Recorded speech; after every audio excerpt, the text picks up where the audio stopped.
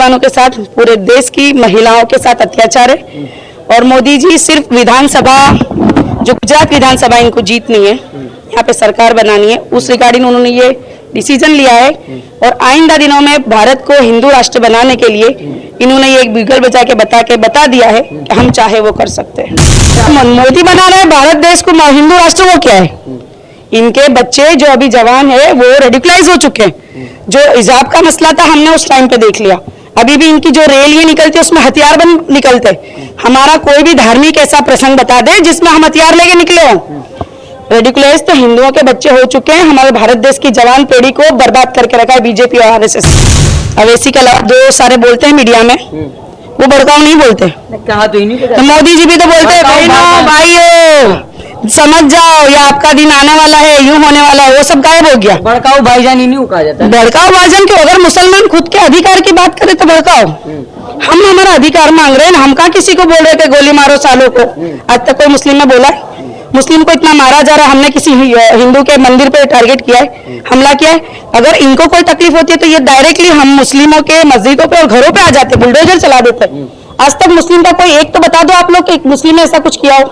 नहीं है। हम हमारे हक की मांगनी करेंगे तब ये लोग को भड़काऊ भी नजर आता है। जब हक की आवाज उठाते हैं तो ये लोग को यही नजर आता है, दूसरा कुछ नहीं है।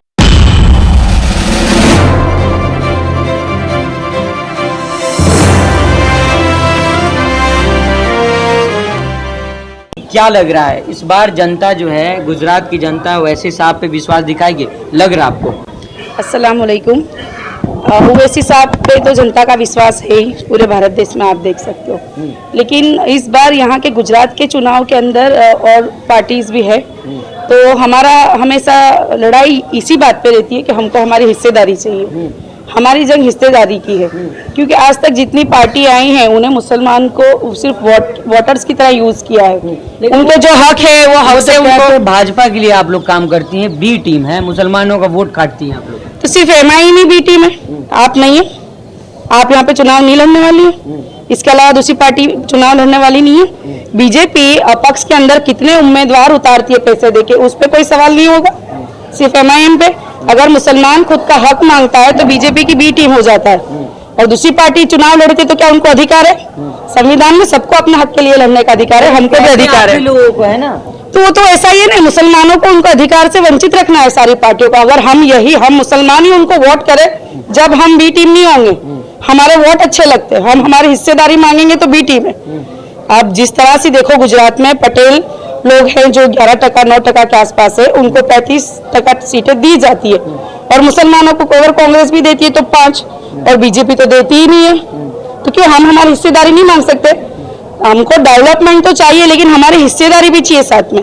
और जो पार्टी हमें, आज तक कोई पार्टी ने हमें हिस्सेदारी नहीं दी है। कांग्रेस की हालत भी आप देख सकते हो, गुलाम नबी आजाद जैसे दिग्गज नेता पार्टी छोड़ चुके और रोज राजीनामे गिरते रहते हैं। कह रहे कि गद्दार थे, छोड़ दिए, वो आते जाते रहते। लेकिन आपके पार्टी के भी तो एमएलए चले गए, विधायक आरजेडी लालू के साथ चले गए, तो आना जाना तो लगा ही रहता है ना, आना जाना। लेकिन आज तक गुलाम नबी आजाद स्टार्टिंग से जब से आज तक कांग्रेस में थे, उनकी पूरी जिंदगी कांग्रेस के लिए निकल गई, और वो अब निकल गए यहाँ से। तो जिस तरह से राहुल गांधी और सोनिया गांधी देश के अंदर कांग्रेस को चला रहे हैं, उनकी जो नैतिकता को भूल कर वो काम कर रहे हैं, उस वजह से आज कांग्रेस टूट रही है। और कांग्रेस और बीजेपी ये दोनों ही कितने मामा भांजा की टीम है, और कोई नहीं है। इनको तो इमाम पे सिर्फ ठीकरा फोड़ना है। जब काउंसलर यहाँ की हैं, चुनाव आपने जीता, तो क्या लग रहा है कि विधानसभा में क्या चमत्कार होने वाला है? वैसे साहब का कुछ जलवा चलेगा इस बार? इंशाअल्लाह कोशिश तो है, जहाँ जहाँ हमारे काउंसिलर हैं वहाँ भी हम काम कर रहे हैं, और इसके अलावा भी हमारी टीमें हैं जो जमीनी लेवल पे पब्लिक के बीच में है, और पब्लिक को वोटिंग के दिन तक हम लोग कन्विंस करने की कोशिश करेंगे इंशाअल्लाह। और इस बार जंग हमारी हिस्सेदारी की है और पब्लिक अब वो समझ चुकी है। जिस तरह से उत्तर प्रदेश में समाजवादी पार्टी की बातों में आके मुसलमान बरगला गए, और उसके बाद भी अभी भी मुस्लिमों की वहाँ पे हालत आप देख सकते हो, वो सिर्फ कठपुतली की तरह चल रहे हैं। जो पार्टी का आदेश होता है इस तरह से चलते हैं।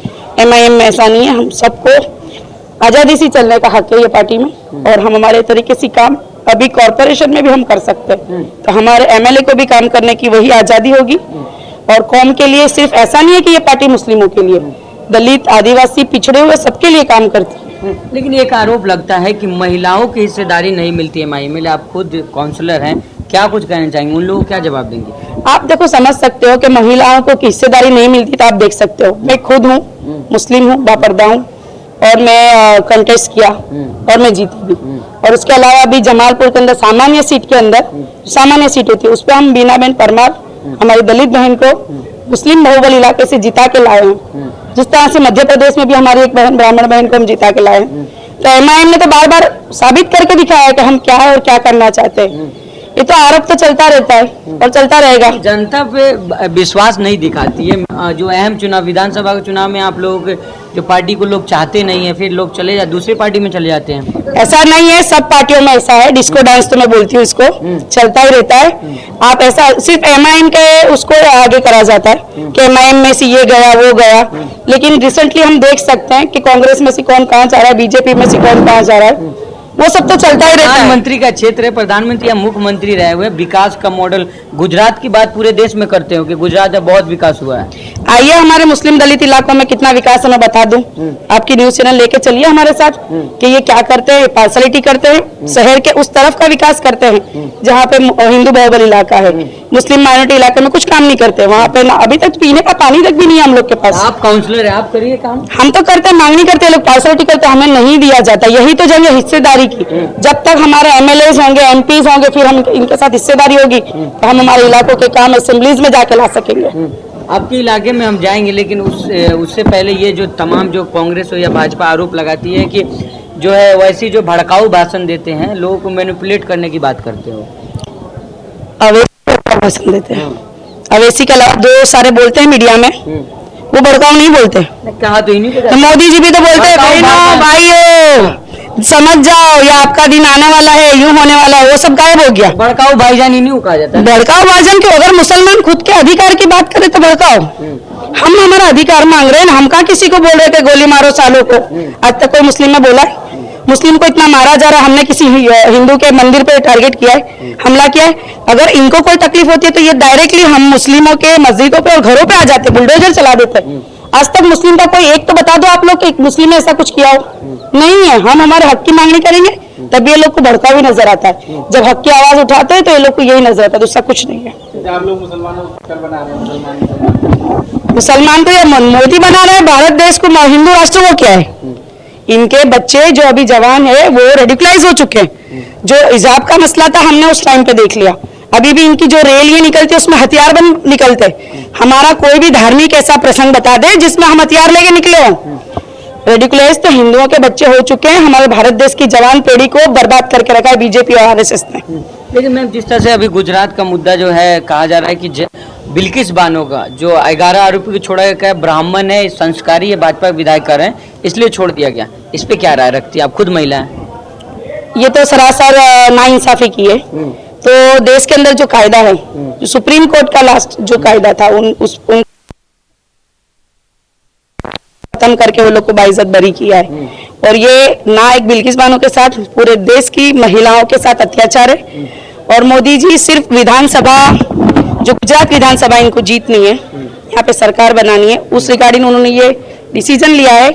और आइंदा दिनों में भारत को हिंदू राष्ट्र बनाने के लिए इन्होंने ये एक बिगल बजा के बता दिया है कि हम चाहे वो कर सकते हैं। अच्छा, आखिरी सवाल लेंगे। गुजरात में क्या माहौल लग रहा है? आखिरी में क्या कुछ कहना चाहेंगे गुजरात की जनता से? और गुजरात में जो आप लोगों ने देखा राजनीति जो भाजपा गढ़ है, उसको कैसे उखाड़ फेंकेंगे आप? जब तक गुजरात के अंदर दलित, आदिवासी, मुस्लिम और पिछड़ा हुआ वर्ग एक स्टेज पे नहीं आएगा, जब तक टक्कर देना थोड़ा मुश्किल है, वो मैं कबूल करती हूँ। लेकिन कुछ सीटें ऐसी है जहां पर हम इनको टक्कर बहुत जोर से दे सकते हैं और हमारा हिस्सा वहां से ले सकते हैं। उम्मीद है कि हिस्सेदारी मिलेगी इंशाअल्लाह। कोशिश हमारी 100% है, कामयाब अल्लाह करने वाला है। चलिए, बहुत शुक्रिया। अस्सलाम वालेकुम।